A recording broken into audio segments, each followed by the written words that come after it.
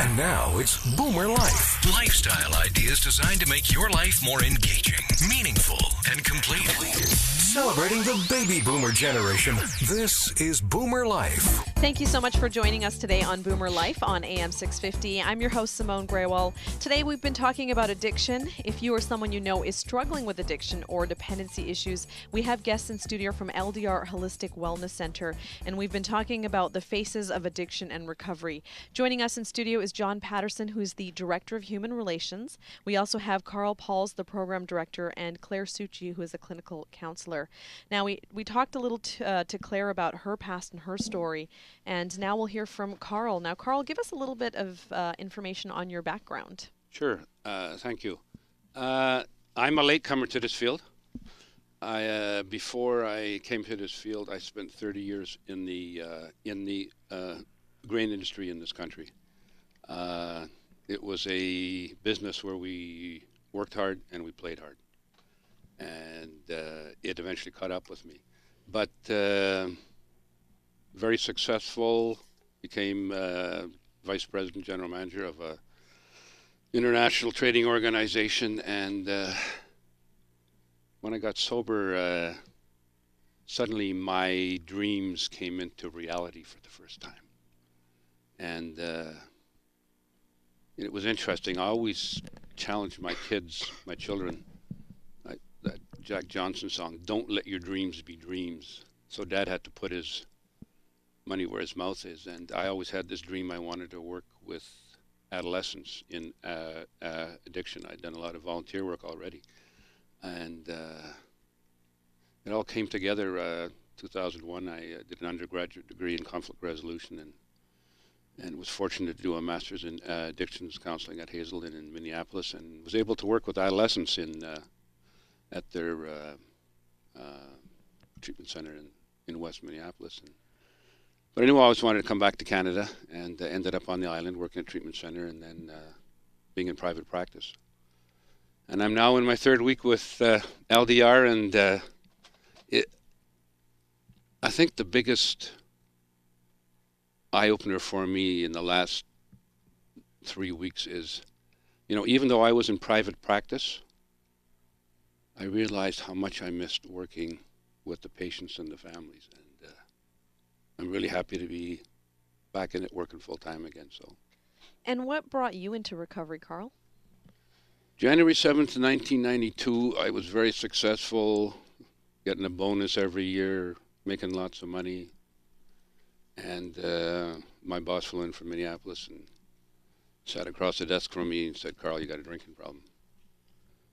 And for some reason, it was that moment of clarity where I could actually hear somebody and understand what they were saying, because my family had told me for years, my best buddy had told me for years, "Carl, you need help. You need to slow down. You need help." And I couldn't hear it. But for some reason, I heard it that day.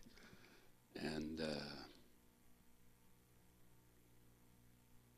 I didn't fight it for some reason. I was given the gift of willingness right off the bat, and went to my first AA meeting that day and met a guy who said, "Hey, I'm going to be your sponsor. Today's the day you're supposed to be here." And I embraced that, and I still remember that. And I jumped in with both feet. I'm one of the very fortunate ones. Now, you mentioned your family and friends had been saying this for some time. How long had they been saying this to you or trying to bring it to your attention? And why was it easier to brush them under the rug as opposed to somebody like your boss coming to you? Yeah, and that's probably hurt my friends and family more than anything. How come you couldn't hear us, but you could hear somebody else? Yeah, I would say a good 3 or 4 years. Even the guys I coach basketball would come up to me years later and said, "Hey, don't you think you should do something about your drinking?" I have no recollection, because I couldn't hear, you see? Mm-hmm. I couldn't hear because of my alcoholism. And sometimes that's what it is. We're close to our family, we're close to our friends, and we say, okay, yeah, whatever, I'm fine, I can handle this.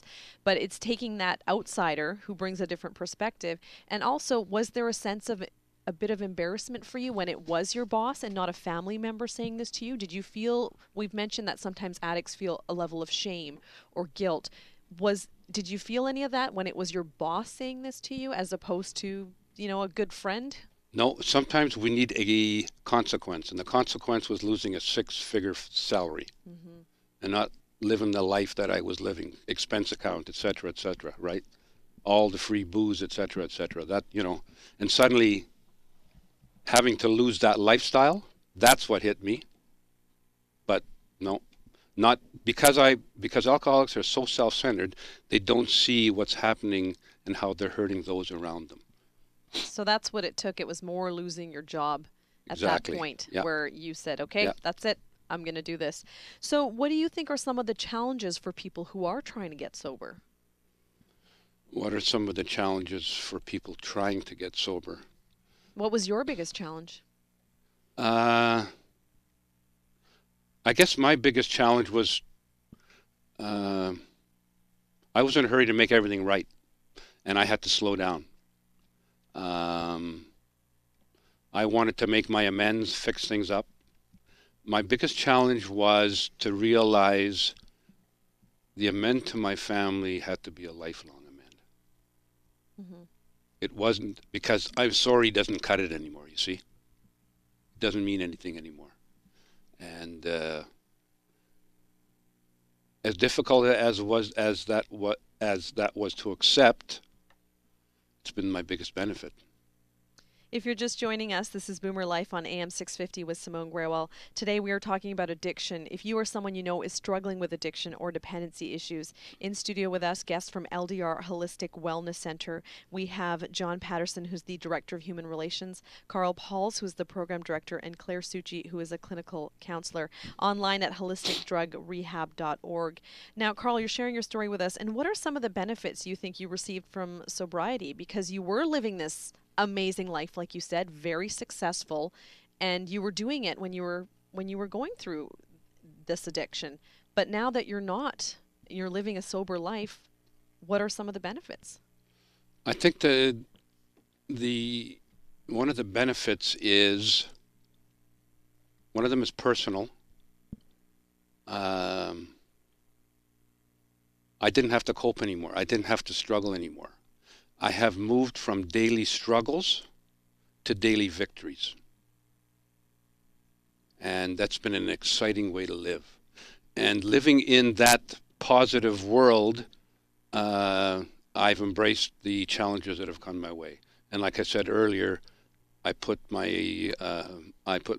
dreams into action by going back to school at the age of 52 to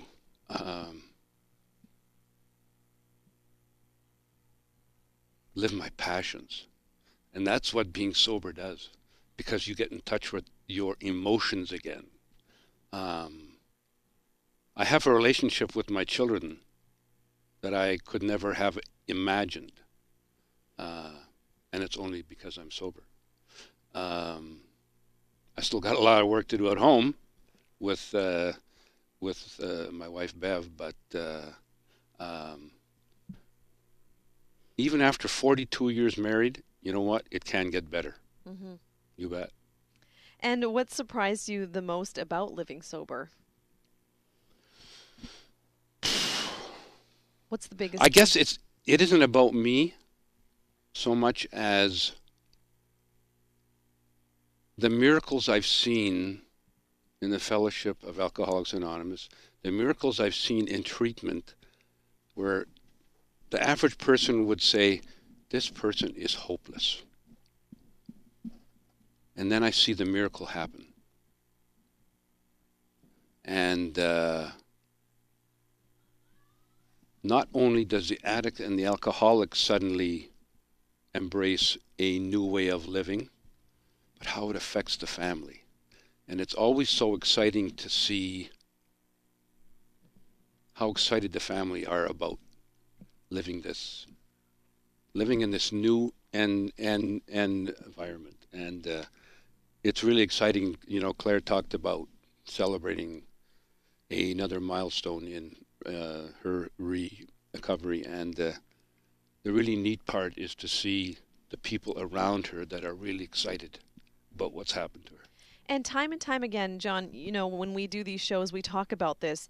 It's really not just the addict who's going through this. It's always about the family. Everybody is, you know, is affected by the situation, which it's just one of those things that if you are a family member who's listening, you're not alone. You can get the help that you need. That is incredibly important, Simone, and each carries the burden and the responsibility of taking ownership for their part in recovery. The addict or alcoholic is the most obvious front person that shows the most obvious symptoms, and therefore society normally puts a spotlight on that individual, and yet every single person who's been impacted by that addict or alcoholic have each in their own ways, to the best of their abilities, attempted to make accommodations and compromises and subtle adjustments in a loving attempt to try and support the addict whose life is increasingly spiraling out of control, and at the same time to maintain balance within the family system. Thank you so much, Carl, for sharing your story earlier. And how many years are you sober now? July 1, 96. I can't add up to years, so you're gonna have to help Almost me. 20 years. Thank you. Amazing.